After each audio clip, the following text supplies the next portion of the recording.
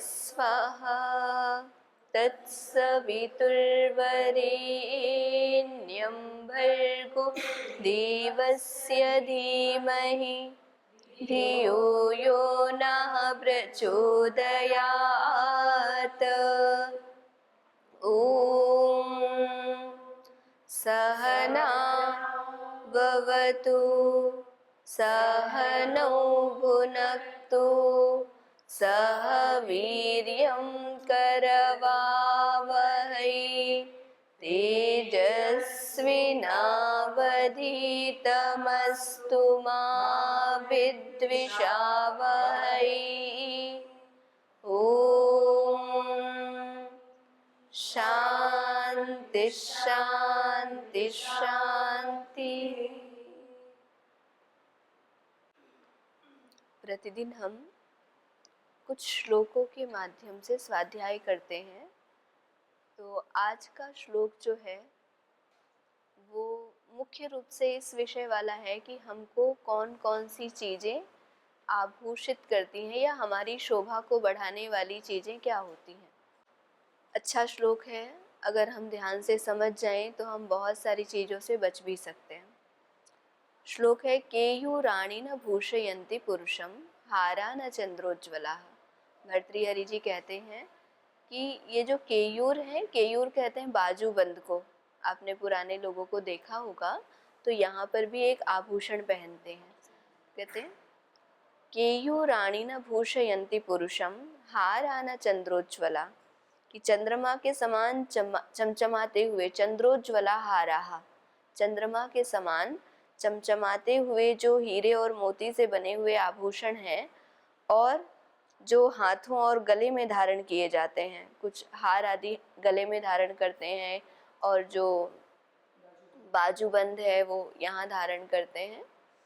तो चंद्रमा के समान चंद्रोज्ज्वलाः हाराः केयूराणि पुरुषम न भूषयन्ति, जो आभूषण हैं, हार हैं, बाजूबंद इत्यादि हैं, वो मनुष्य को सुंदर नहीं बनाते, वो मनुष्य की शोभा नहीं बढ़ाते। अब ये कैसी बात हो गई? हम तो देखते हैं प्रतिदिन कि भाई शोभा तो बढ़ाते हैं, पहनते हैं लोग इनको और सुंदर भी लगते हैं, तो फिर भर्तृहरि जी उल्टी बात कैसे कह रहे हैं? प्रश्न तो उठता ही है ना कि ऐसा क्यों कह रहे हैं। हमें तो रोज देखने में आता है कि नहीं, आभूषण शोभा बढ़ाते हैं। शोभा ना बढ़ाएं तो जितने भी आभूषणों की दुकानें हैं वो तो सब बंद ही हो जाएंगी, जितने वस्त्रों की दुकानें वो तो बंद ही हो जाएंगी। फिर भी एक संत, एक तपस्वी ये कह रहे हैं कि केयूराणि न भूषयन्ति पुरुषम हारा न चंद्रोज्ज्वलाः न स्नानम न विलेपनम, और ना ही कोई स्नान आदि करने के भी बड़े प्रकार हुआ करते थे पहले भी और अभी भी, कि भाई जल में केसर डालो, जल में क्या गुलाब जल डालना है, दुग्ध स्नान करना है, और विलेपन का अर्थ अर्थात अलग अलग प्रकार की चीज़ों को चेहरे आदि पर लगाना, राग आदि पाउडर क्रीम जिसको आज बोलते हैं, उस समय उनके अलग नाम थे, राग आदियों का उपयोग करना। तो अंजन आदि को लगाना, अंजन माने काजल है या ये सारी चीजें हैं ये। तो न स्नानम, और स्नान भी शरीर की शोभा को या पुरुष की शोभा को, मनुष्य की शोभा को। अब यहाँ पे बहुत अच्छे से अर्थ करेंगे तो फिर गूढ़ अर्थ निकल के आएगा।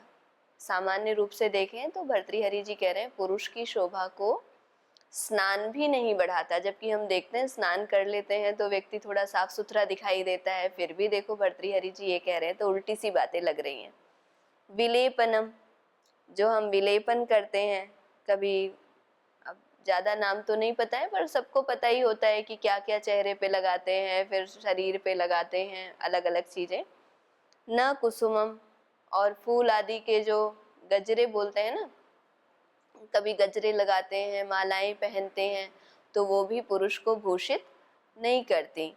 कह रहे हैं नालंकृताः मूर्धजाः, और इतना ही नहीं, जो मूर्धजाः माने यहाँ पर मुकुट आदि लगाते हैं ना मस्तक पर, ना अलंकृताः मूर्धजाः, जो अलंकृत हैं माने सजे सवारे हुए जो बाल है ना, मूर्धजाः सर पर बाल होते हैं, बालों में हम अलग अलग स्टाइल करवाते हैं, कभी ये गोल गोल घुमाते हैं, कभी स्ट्रेट करा देते हैं, कभी ये चोटी करेंगे, कभी वो चोटी करेंगे, भाई लोग होंगे कभी ये कटिंग कटाएंगे, कभी दूसरा, सब करते ही हैं। तो कह रहे हैं मूर्धजाः अलंकृताः अपि न पुरुषम भूषयन्ति, कि अलंकृत किए हुए सजे सवारे हुए केश भी जो है ना, वो भी मनुष्य को शोभित नहीं करते, अलंकृत नहीं करते। फिर क्या कहते हैं कि आखिर आप जो है, कोई प्रश्न कर ले सामने वाला कि ये क्या कह रहे हैं आप, आपका कहने का क्या तात्पर्य है, कोई चीज मनुष्य को, पुरुष को अलंकृत करती ही नहीं है। तब वो कहते हैं वाण्येका समलंकरोति पुरुषम या संस्कृता धार्यते। वाणी ही एक ऐसा अलंकार है जो संस्कृता धार्यते, संस्कृत की हुई वाणी जब धारण की जाती है तब वह ही अलंकार बनती है। वाण्येका समलंकरोति पुरुषम, एक वाणी ही एक चीज है जो सत्य आभूषण है, और जब वो संस्कृत रूप से धारण कर ली जाती है, शुद्ध रूप से धारण करी जाती है, तब वह पुरुष का सच्चा आभूषण बन जाती है। क्षीयन्ते खलु भूषणानि सततम, क्योंकि जो ये आभूषण हैं, जो केयूर हैं, बाजूबंद हैं, हार हैं, पाउडर क्रीम है, अंजन आदि हैं, ये सारी चीजें क्षीयन्ते, समाप्त हो जाती हैं। इनका आप कितना ही वाटरप्रूफ मेकअप करा लो या कितने ही सुंदर आभूषण बना लो, आप कभी ये गारंटी नहीं दे सकते कि ये शाश्वत हैं या ये बहुत लंबे काल तक रहने वाले हैं। वो क्षरण उनका धर्म है। तो क्षीयन्ते खलु भूषणानि सततम, ये जो आभूषण है ये तो क्षीण होते ही हैं, और इसमें आप कितना ही कुछ कर लीजिए, आप इनके क्षय को रोकने में समर्थ नहीं हो सकते। परम वाग्भूषणम भूषणम, वाणी एक ऐसा आभूषण है जो क्षीण नहीं होता। हमारे द्वारा बोली हुई बात किसी को जीवन भर प्रेरणा भी दे सकती है और किसी को जीवन भर का कष्ट भी दे सकती है। वो मुझे तो ये पढ़ते समय अपने जो कक्षा 9, 10, 11, 12 में जो मैंने पाठ पढ़े थे वो बहुत याद आते हैं। तो उसमें एक पाठ में लिखा था, बात ही हाथी पाइए, बात ही हाथी पाँव। ये वाणी ऐसी चीज होती है जिसके द्वारा राजाओं की सभा में लोगों को हाथी जैसा उपहार मिल जाता है। हाथी दान में दे देते थे उपहार में राजा लोग, या फिर हाथी की सवारी पे बिठा के पूरे राज्य में घुमाते थे। और बात ही हाथी पाँव, और बात ही एक ऐसी होती थी, वाणी ही एक ऐसी होती थी जिसमें दंड स्वरूप राजा हाथी के पैर के नीचे कुचलवा दिया करते थे। तो वाणी में इतना दम है, वाणी इतनी शक्तिशाली है, वाणी व्यक्ति का परम आभूषण है। एक बार इस श्लोक को गायन के रूप में भी देख सकते हैं। केयूराणि न भूषयन्ति पुरुषं, हारान चन्द्रोज्ज्वला, न स्नानं न विलेपनं न कुसुमं, नालङ्कृता मूर्धजाः, वाण्येका समलङ्करोति पुरुषं, या संस्कृता धार्यते। क्षीयन्ते खलु भूषणानि सततं, वाग्भूषणं भूषणम्।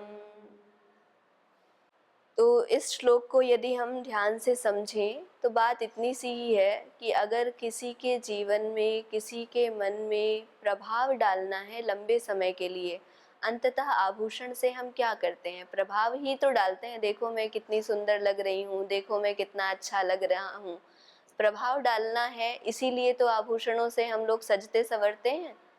तो वही भर्तृहरि जी कहते हैं, लंबे समय तक अगर आपको अपना प्रभाव डालना है तो आपका परम आभूषण वाणी है, ना कि ये क्षय धर्म वाले आभूषण। इतना ही कहना है।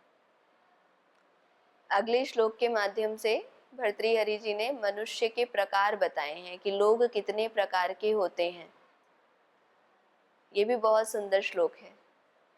आप चाहें ना तो लिख सकते हैं कि ये कितने प्रकार के होते हैं। 3 प्रकार के मनुष्य बताए हुए हैं। एके सत्पुरुषाः परार्थघटकाः स्वार्थान् परित्यज्य ये सामान्यस्तु परार्थमुद्यमभृताः स्वार्थाविरोधेन ये तेमी मानुषराक्षसाः परहितं स्वार्थाय निघ्नन्ति ये निघ्नन्ति निरर्थकं परहितं ते केन जानीमहि।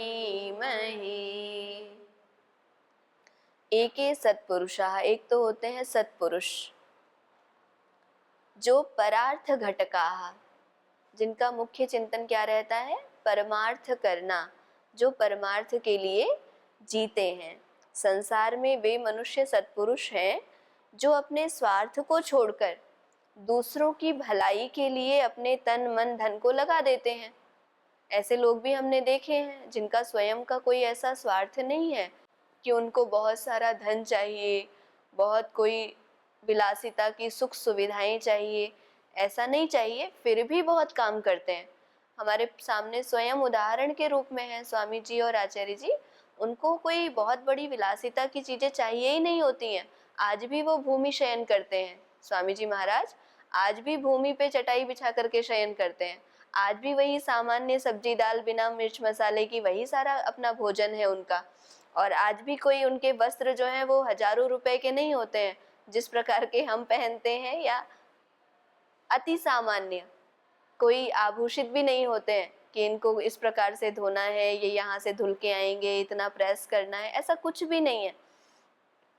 तो वो सत्पुरुष होते हैं जिनका स्वयं का कुछ भी स्वार्थ नहीं होता, फिर भी वो परार्थ में लगे रहते हैं। उनका सिर्फ एक ही स्वार्थ होता है कि हमारी आत्मा की उन्नति हो और हमारे द्वारा, हमारे शरीर मन वचन कर्म के द्वारा संसार का अधिक से अधिक भला हो जाए, बस यही उनका है।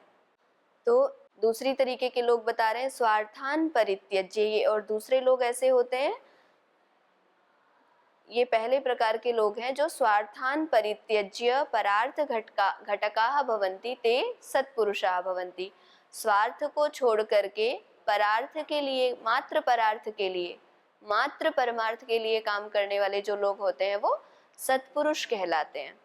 सामान्यास्तु परार्थम उद्यम भृतः स्वार्था विरोधेन ये, और सामान्य लोग होते हैं जो परार्थ के लिए उद्यम भृतः माने निरंतर लगे रहने की इच्छा वाले होते हैं और लगे भी रहते हैं, परार्थ के लिए लगे रहते हैं। दूसरे प्रकार के मनुष्य सामान्य कहलाते हैं जो अपने काम न बिगाड़ते हुए दूसरों की भलाई करते हैं। स्वार्था अविरोधेन ये, जो अपने आप का स्वार्थ भी साधते हैं और साथ में दूसरों की भलाई भी करते हैं, तो वो लोग क्या कहलाते हैं, सामान्य लोग होते हैं। भाई उनको भी अपना स्वार्थ चाहिए कि उनका परिवार अच्छे से रहे, उनके समाज में मान प्रतिष्ठा हो, जिससे उनकी संतानों को भी उनका लाभ मिले, तो ये तो स्वार्थ हो गया।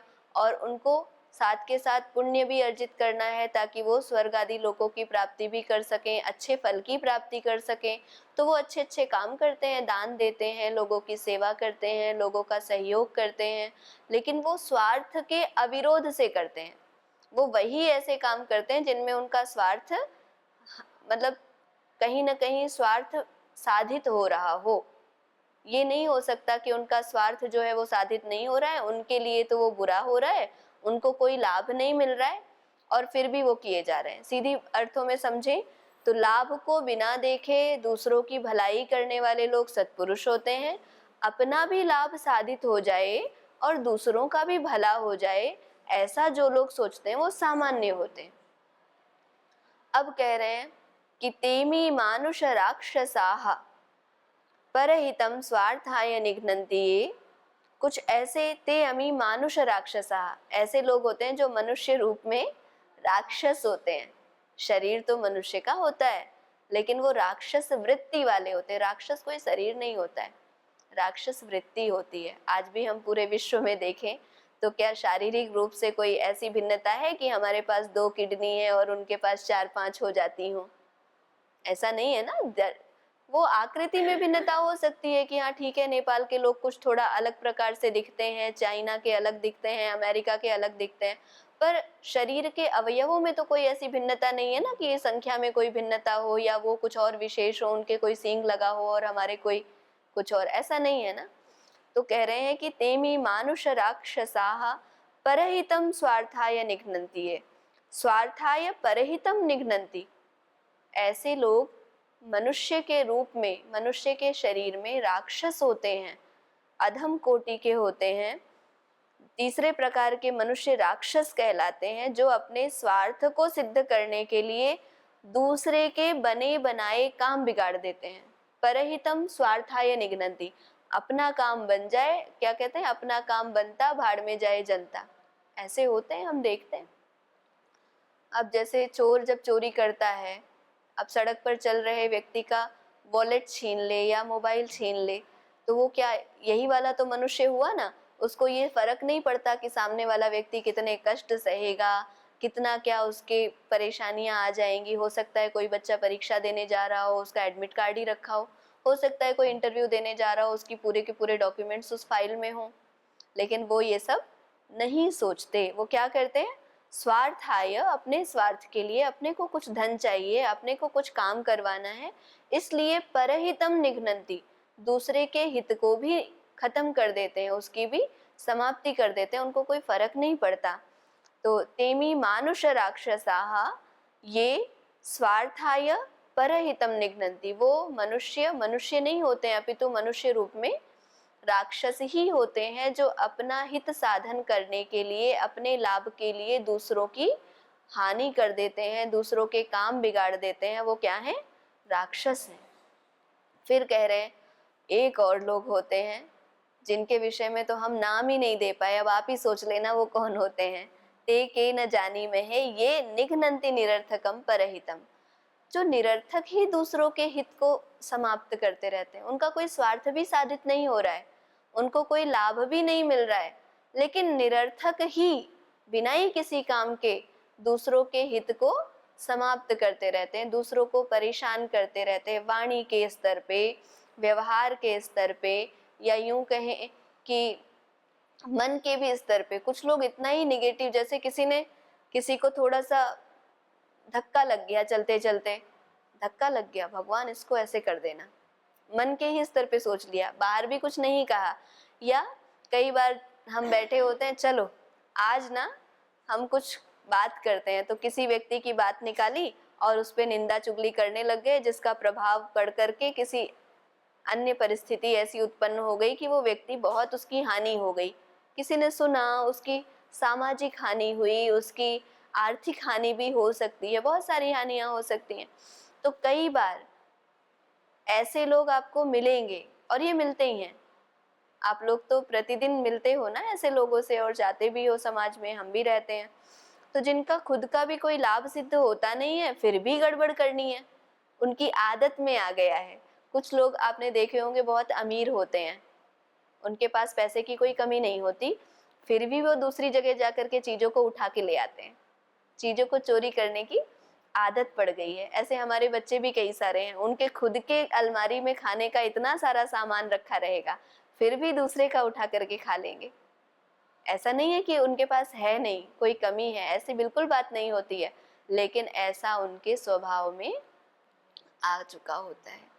तो इसीलिए भर्तृहरि जी कह रहे हैं कि ये निघ्नन्ति निरर्थकम परहितम ते के न जानी महे, जो निरर्थक ही, बिना ही किसी कारण से, अपना लाभ ना होते हुए भी दूसरों के कार्य को समाप्त करते रहते हैं, दूसरों की हानि करते रहते हैं, दूसरों को परेशान करते रहते हैं, उनको तो हम क्या नाम दें हमें ही नहीं पता, उनकी तो कोटि कहाँ है वो भी हमें नहीं पता। ये कैसी एक प्रकार की भाषा है, इसका अर्थ है कि वो अत्यंत पतित हैं, उनको तो नाम भी नहीं दे सकते। नाम भी हमने सिर्फ 3 को दिए हैं, कौन, सत्पुरुष, सामान्य और राक्षस। तो सत्पुरुष कौन है, जो अपना हित, अपना स्वार्थ न देख करके भी, यदि कहीं उनका स्वार्थ ऐसा समाप्त हो भी रहा है, उनकी कोई हानि भी हो रही है, जैसे कई बार आपने ऐसे लोग देखे होंगे कि रास्ते में एक्सीडेंट हो गया और कोई व्यक्ति जा रहा था, उसका कहीं बड़ा इंटरव्यू था, लेकिन सिर्फ इस भावना से कि अरे नहीं ये व्यक्ति क्या पता बच जाए, सिर्फ इस भावना से कि मन में आ गया और उसको हॉस्पिटल ले जाके छोड़ दिया बिना किसी पाप पुण्य का विचार किए, अनायास ही, तो वो किस श्रेणी में आ जाएगा? सत्पुरुष की श्रेणी में आ जाएगा। वही व्यक्ति यदि ये सोच लेने लग जाए, अच्छा उसका हित साधन समाप्त हो जाएगा, वो यदि इंटरव्यू में पहुंचता है, लेट हो जाता है, कोई कारण ऐसा बनता है कि वो पहुंच ही नहीं पाता है, तो उसको नौकरी भी नहीं मिलेगी, हो सकता है उसका काम भी ना बने, लेकिन उसकी आत्मा जो है वो गवाही नहीं देती कि नहीं मैं इसको छोड़ करके, ऐसे मरता हुआ छोड़ करके चला जाऊं, तो वो तो होता है सत्पुरुष। और कुछ लोग होते हैं कि जैसे अब जा रहे हैं, सामने देखा कि कोई व्यक्ति परेशान है और उनको हल्का फुल्का पता भी है कि परेशान की सहायता करने से मेरा भी कुछ ना कुछ पुण्य बढ़ेगा, या दूसरे अर्थों में कहें कि वो पहचान गया कि जिस कॉलेज में मैं जा रहा हूँ उस कॉलेज के ये कुलपति हैं और इनकी रास्ते में गाड़ी खराब हो गई है, तो देखो अच्छा संबंध बन जाएगा, चाहे वो दूसरों की सहायता ना करता, लेकिन वो क्योंकि उस कॉलेज के, उस विश्वविद्यालय के कोई कुलपति हैं तो उनकी सहायता कर दी, और उसको पता है कि हम सहायता करेंगे तो ये भी तो हमारा कुछ ना कुछ लाभ करेंगे ही करेंगे। इस हेतु से जिसने करी वो कैसा है मनुष्य? सामान्य। और तीसरे ऐसे होते हैं जिनको कोई फर्क नहीं पड़ता, वो उल्टा एक टक्कर और लगा के चले जाएंगे कि नहीं मर रहा था तो वो थोड़ा और जल्दी खत्म हो जाए, तो कुछ लोग ऐसे भी होते हैं। और कुछ ऐसे होते हैं जिसको, ये तो अंत वाली श्रेणी में चला जाएगा मुझे लगता है, जो और अधिक समस्या उत्पन्न करके चले जाएं। कई लोग, हम बचपन में हम अपने को भी सोचें तो बिना ही काम के पत्थर को रास्ते पे मारते हुए चलते थे ना, अब वो वृत्ति उस समय किसी की हानि नहीं हो रही है, पर हम देखते हैं ना, हम निरर्थक भी बहुत सारे काम करते हैं, वो जो पत्थर मारना है उससे क्या लाभ हो रहा है? खाली पैर मार रहे हैं, उसको इधर से उधर पहुंचा रहे हैं, उधर से उधर, ऐसा करते करते पूरे रास्ते भर एक ही पत्थर को लेके चलते और घर तक पहुंचा देते थे। तो ऐसे ही कई काम हम निरर्थक करते हैं जिनका कोई अर्थ नहीं होता है, और कई बार वो दूसरों के हित को समाप्त कर देते हैं, दूसरों के लिए बहुत हानिकारक होते हैं।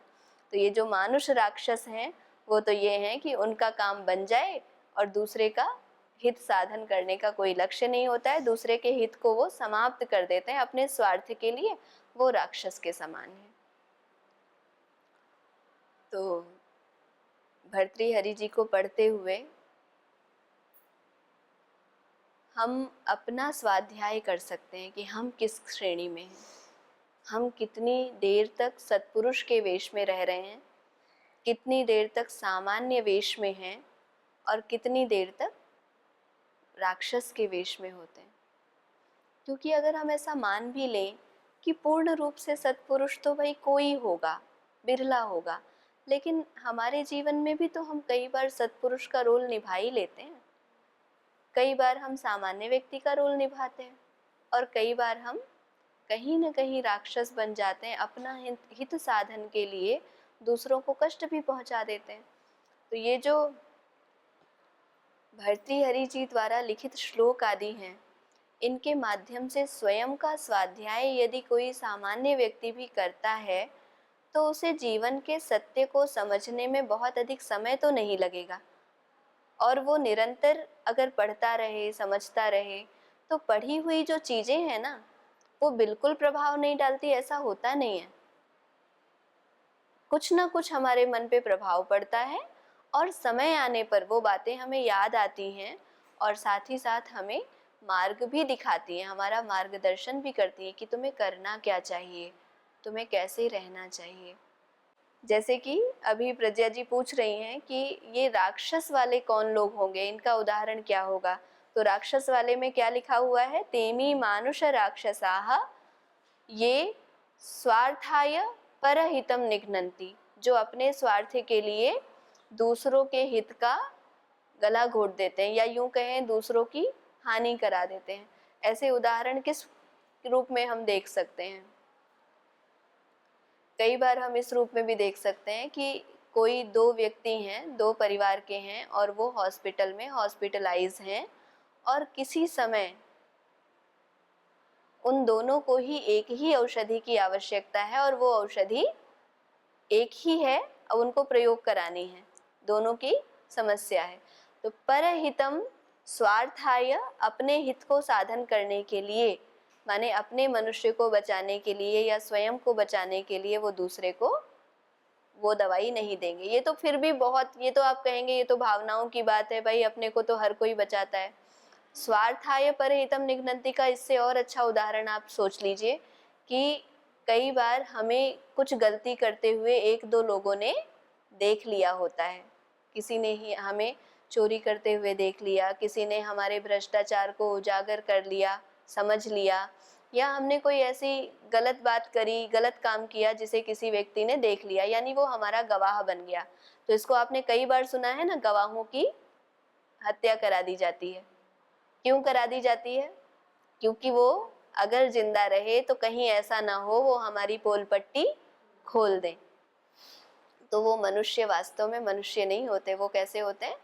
राक्षस होते हैं। और कई बार घटना इतनी बड़ी भी नहीं होती है, कई बार हम देखते हैं कि इतनी बड़ी घटना नहीं है जिसका कोई बहुत बड़ा दंड मिलने वाला है, फिर भी मनुष्य की वृत्ति ऐसी होती है कि वो अपने आप को बचाने के लिए किसी दूसरे को या तो कहीं धक्का दे देगा या उसकी जान ले लेगा। और ऐसे केस आज की दुनिया में तो बहुत सुनने में आते हैं कि छोटी छोटी बातों पर दूसरों की जान ले लेते हैं। तो ये भी उदाहरण हो सकता है। कई ऐसे बच्चे भी हैं जो अपने आप को प्रथम बनाने के लिए दूसरों को बातों में लगा देते हैं और खुद तो समय निकाल के पढ़ लेते हैं, दूसरों को पढ़ने नहीं देते। ये वास्तव में राक्षस वृत्ति है कि अपना हित साधन करने के लिए दूसरों को डाइवर्ट कर देना, परेशान कर देना, पढ़ने ना देना, ये सब राक्षस वृत्ति हैं। और ये हमें बचपन से ही दिख जाती हैं। इसीलिए कहा जाता है बचपन में इस प्रकार की वृत्तियां यदि बच्चे की हैं तो आगे के जीवन के लिए बहुत हानिकारक हो सकती हैं। उन्हें हमेशा ज्ञान दे करके, समझा बुझा करके इन वृत्तियों को समाप्त कर देना चाहिए। क्योंकि एक बात कह करके मैं संवाद को पूरा करूंगी, क्योंकि बच्चों को उस समय तो अपना हित साधन लगता है, पर वो वास्तव में उनको इतना अधिक पतित कर देता है कि वो कभी भी पूर्णतः अपने हित को साध नहीं सकते। उन्हें लगता है कि तुरंत के लिए मैं फर्स्ट आ गई, लेकिन वो वहां फर्स्ट आकर के भी नीचे रह जाते हैं। आगे के जीवन में उनकी यह आदत जो है उन्हें बहुत बुरे पथ पर ले जाती है। ओम शांति शांति शांति।